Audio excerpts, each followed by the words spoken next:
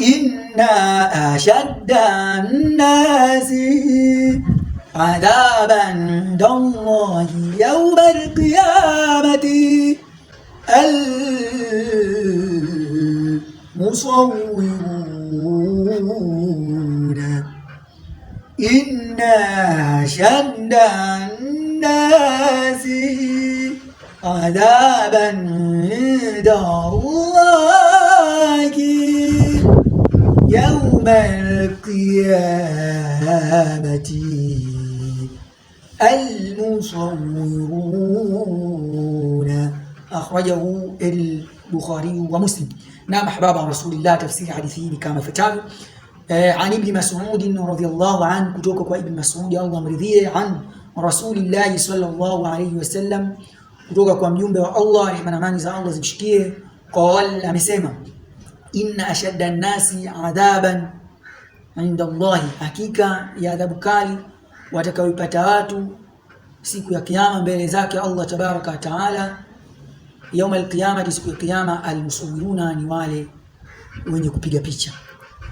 Narudia tafsiri ya hadithi hii. Hadithi imepokelewa na Ibn Mas'ud Allah amridhie, akielezea kwamba kutoka kwa mjumbe wa Allah, rehema na amani za Allah zimshikie, amesema, inna ashadda an-nas adhaban inda Allah yawm al-qiyamati, hakika ya adhabu kali watakaoipata watu siku ya kiyama mbele zake Allah tabaraka wa taala, al-musawwiruna, ni wale wenye kupiga picha. Akhrajahu al-Bukhari wa Muslim. Hadithi hii imepokelewa na Bukhari na Muslim. Ahbaba Rasulillah, hadithi hii ina mazingatio makubwa sana, lakini pia hadithi hii ni moja ya hadithi ambazo zina ikhtilafu kubwa sana mbele ya wanazuoni kutokana na jitihada zao katika kuifasiri hadithi hii. Lakini uhalisia wa jambo hili ni hivyo lilivyo, kwamba jambo lina ikhtilafu. Na ikhtilafu iko wapi? Kuna baadhi ya ahlul ilmi ama wanazuoni ambao wao wamesema picha ni picha aina yoyote unajua wewe ni haramu, na picha hiyo mtu akiipiga ama akiichonga, basi picha hiyo atakuja kuadhibiwa kwa sababu ya hilo. Lakini kuna wengine wakasema la, hapana, picha ambayo inakusudiwa hapa ni picha zile ambazo za kuchonga ama za kuchora. Lakini picha hizi ambazo za sasa hivi watu watumia kamera, kwa kupitia kamera kama kamera ama kupitia simu, hizi ni asili, ni tasjili hii kama inavyokuwa inasajiliwa sauti, inavyorekodiwa sauti. Kwa picha hii hapana. Kwa hiyo ikhtilafu iko hivyo. Kuna ambao wanasema picha ni picha tu moja kwa moja mutlaka ni haramu, na kuna ambao wamezigawa.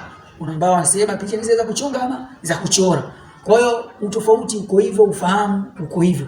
Almuhimu ni kwamba sisi tutatakana tufahamu ikhtilafu inapotokea kwa wanazuoni kama hivi, katika ufahamu wao kama huo, ni fursa kwetu sisi. Haina haja ya kuonyeshana vidole, kutukanana, kumdhoofisha mwingine na mwingine kumfadhilisha. La, takiwa kila mmoja anaposhika msimamo wake basi aheshimiwe, na hii ndiyo hali halisi ilivyo ya dini yetu ya Kiislamu ama dini yetu ya Uislamu.